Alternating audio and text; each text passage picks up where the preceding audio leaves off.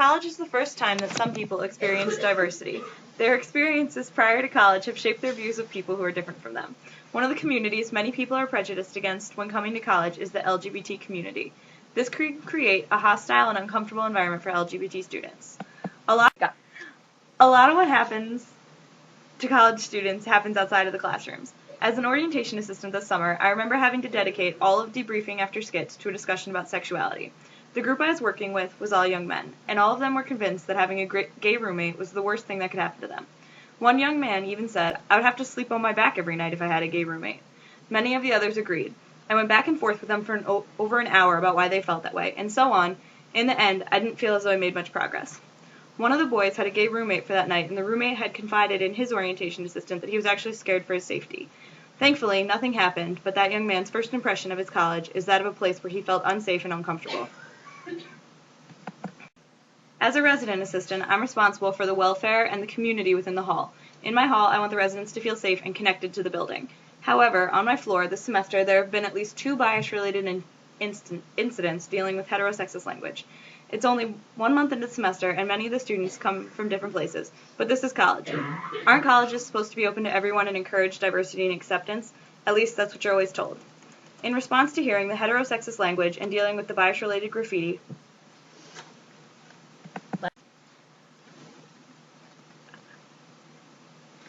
I made a bulletin board in celebration of LGBT History Month. I wanted to raise awareness about the LGBT community and what it means to be an ally. I made rainbow triangles that said ally for the residents to place on their doors. Many of the residents proudly displayed their triangles on the floor. It was great to see the majority of residents were opposed to the heterosexism and willing to make a statement. Since then, there have been no more incidents. At least as far as I can tell, the community has improved a lot, and my residence hall has become safer for one group of people. When I started Cortland freshman year, I was told at orientation that the classes on campus were small, intimate, and a place where students received a lot of one-on-one attention. Since then, however, things have changed drastically. Now, instead of small classes, every class is overloaded. At orientation for last year's freshman, President Bitterbaum announced that because of the lack of teachers, the next classes attending Cortland will not be able to finish in 4 years, and that it will take longer. For all the students in this place who were told that they would get the individualized attention they deserved in class, it's become difficult to pay attention. Lecture halls that were once half empty are now packed, leaving more students to ask more questions, but end up receiving little help from the teacher because they're simply overloaded with work. Teachers are not only unavailable during class, they're often not available for office hours. Teachers are being let go or retiring and are not being replaced, but instead others are expected to take on a larger workload.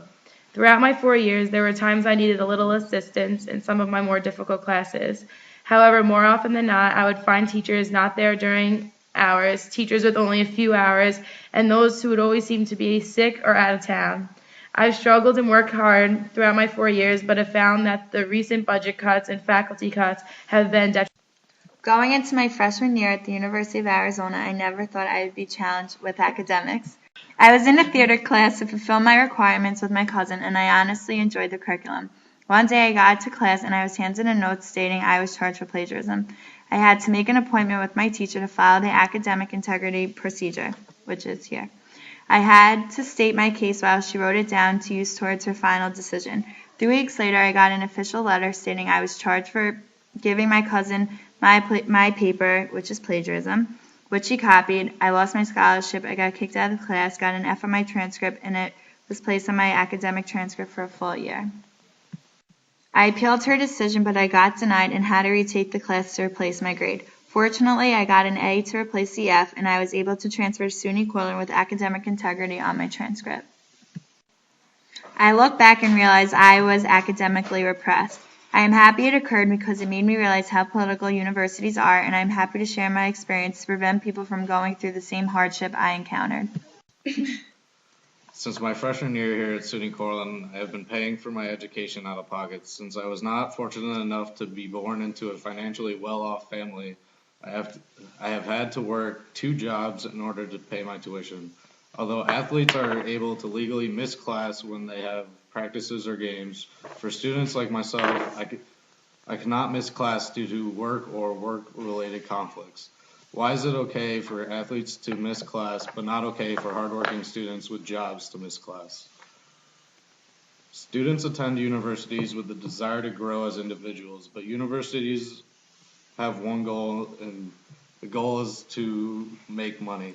With the universities mass producing individuals, the 4-year degree is becoming necessary to obtain jobs working at Burger King and other fast food restaurants. Why has the 4-year degree become almost meaningless in the business world?